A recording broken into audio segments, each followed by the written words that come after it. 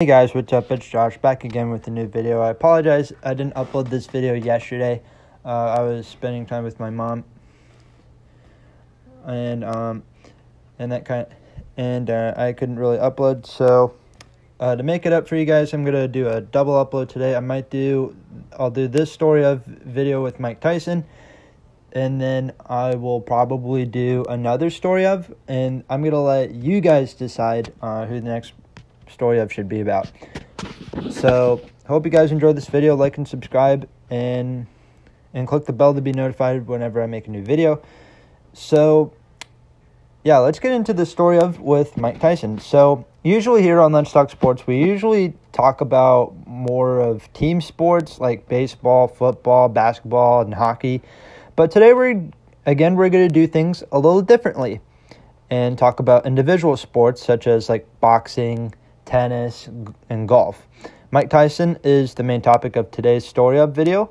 Of course, former boxer from the 1980s, retired in the mid 2000s, and is one of the most successful and well-known athletes of all time. This is the story of Mike Tyson. So Michael Gerard Tyson was born on June 30th, 1966 in New York City. Mike has an older brother named Rodney and an older sister named Denise, who passed away due to a heart attack in 1990 at the age of 24. Mike Tyson's biological father is listed to be a man named Pearl Tyson, according to his birth certificate. The man Mike Tyson known as his dad was a man named Jimmy E. Kirkpatrick. Kirkpatrick was from Greertown, North Carolina. Jimmy E. Kirkpatrick left his family in North Carolina and moved to Brooklyn in New York, where he met Tyson's mom, Lorna Mae Tyson. According to Mike Tyson, the man he knew as his father hung out on the streets of New York, frequently always gambling. Kirkpatrick left Tyson and his family behind around the time Mike was born. When Mike was 10 years old, his family lived in Bedford-Stuyvesant until financial burdens made him then move to Brownsville in East Brooklyn. Mike's mother passed away when he was just 16 years old, leaving him with the hands of boxing manager and trainer Cos de Amato, becoming his legal guardian. In his childhood, Mike Tyson lived in rough areas in the city of New York, living in neighborhoods with very high crime rates. Details say that in Tyson's first ever fight was with a bigger youth, who no one cares about Apple News, with a bigger youth who pulled the head off of a poor innocent pigeon that happened to be one of his pets. Mike Tyson was known for committing petty crimes and getting into fights.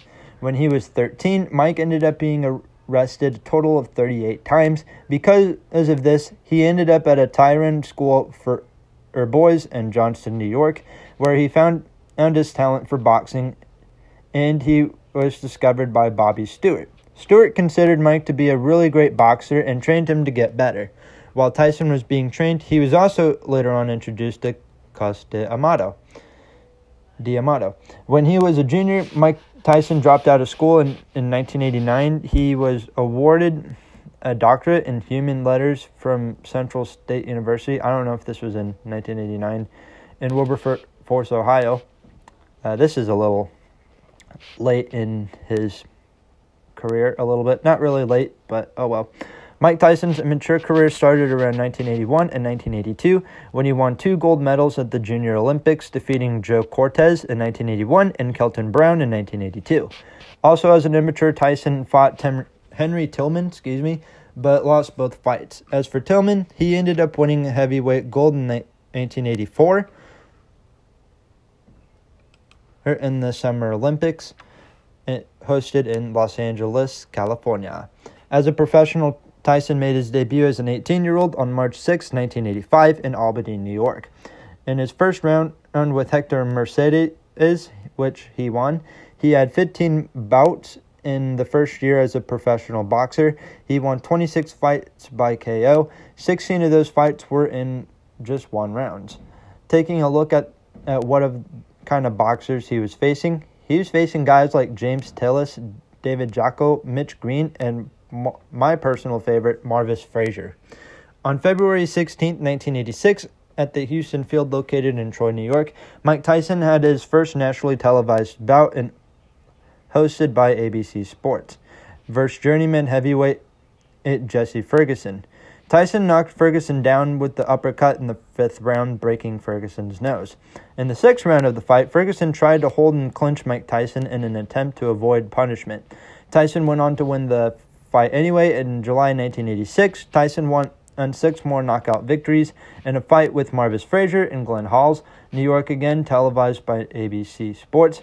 This was an easy win for Mike Tyson, charging Frazier at the opening bell, hitting him with an uppercut, knocking Frazier out unconsciously in the first 30 seconds.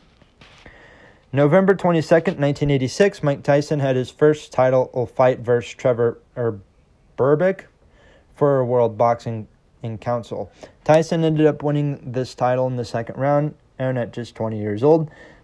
He also intimidate opponent fighters with his strength, combining outstanding hand speed, accuracy, coordination, and timing. The expectations for the young Tyson were extremely high, and he was a huge favorite to win the heavyweight unification series, which is a tournament designed for undisputed heavyweight boxers. Tyson defended his title versus James Smith on March 7, 1987 in Las Vegas. He ended up winning by unanimous decision, adding James Smith's WBA title to his existing belt. Around this time, Mike Tyson came into the attention of the gaming company Nintendo. After witnessing one of Mike Tyson's fights, Minoru Arakawa, Nintendo's president of America, was impressed by Tyson's power and skill.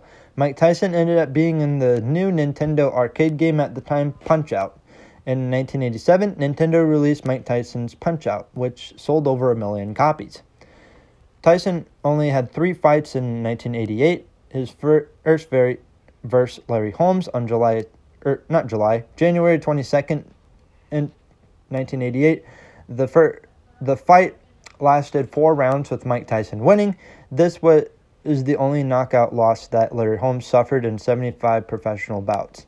Tyson traveled all the way to Tokyo, Japan for fight number 2 versus Tony C. Tubbs, and then his 3rd fight in 1988 facing Michael Spinks on June 27th, 1988, winning almost every single round or fight. Outside of the ring, Tyson was having some problems with his at the time wife, Robin Gibbons, which was heading towards a divorce. Later on in the year, Tyson fired his longtime trainer, Kevin Rooney, and partnered up with manager Bill Caton. He had 2 fights in 1989, winning both of them, one of them being in 1 round. Entering in the 1990s decade, Mike Tyson seemed to be losing direction with his personal life in disarray, amidst reports prior to a match he had with Buster Douglas. In the fight, taking place on February 11th, 1990, Tyson lost the fight in Tokyo after the Douglas loss. Tyson recovered with 1 round and knockouts versus Henry Tillman and Alex Stewart. At the time, Tyson was the number 1 contender facing the number 2 contender, Donovan Razor Ruddock, on March 18, 1991 in Las Vegas. The 2 boxers went back and forth with each other in the fight, with Tyson winning a round and the Razor winning the next. Richard Steele, who was the ref in this fight, called it off in the middle of the 7th round, with it going in Mike Tyson's way. The 2 met each other again 2 more times in 1991, once in June and once again in November. In July 1991, Tyson was arrested for the rape of Desiree Washington in a hotel room in Indianapolis. Tyson's rape trial took place in early 1992 from January 26th to February 10th. Tyson was sentenced to 6 years in prison with 4 years of probation.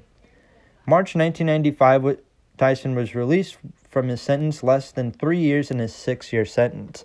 After being paroled, he won his first bouts versus Peter McNeely and Buster Mathis Jr.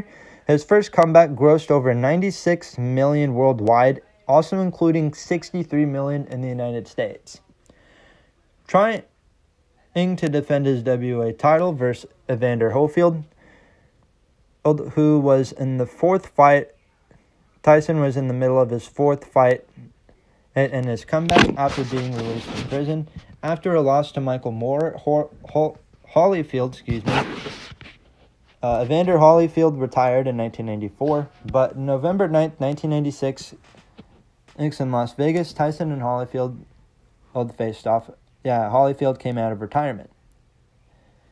Numerous commentators were literally giving Holyfield no chance to win this fight, and Holyfield, spoiler alert, ended up winning this fight, going into 11 rounds. But they weren't done yet. A year later, in 1997, Mitch Halpern, who was the referee in the first match, called off the match in the year before, was supposed to be the ref in this match. Instead, he stepped aside, and we ended up getting Mills Lane to become the referee, with the match being held in Las Vegas. Until 2007, these were the two highest paid boxers, with Mike Tyson receiving $30 million and Evander Holyfield receiving $35 million. This was the most controversial event in modern sports at the time. The match only lasted 3 rounds, with Tyson disqualified for biting both Holyfield's ears, with Holyfield winning the match. This was the first heavyweight title fight that ended in disqualification in 50 years. In January of 1999, Tyson returned into the ring facing Francos Botha. That match ended in controversy. Tyson tried to break both his arms during a tie-up, and both were cautioned by the ref. February 5th, 1999, Tyson was sentenced to a year's imprisonment, a $5,000 fine, and served 2 years on probation. Fast forward to the early 2000s. In the year 2002, Mike Tyson had the opportunity to fight Lennox Lewis. The two boxers spared some time together in a training camp in a meeting in 1984. Lennox Lewis won the match, making Mike Tyson going 49-4. So Mike, of course, won one win away from number 50. He got his 50th career win in February 22nd, 2003 versus Clifford Aitinen in Memphis, Tennessee, and this would actually become one of his last wins.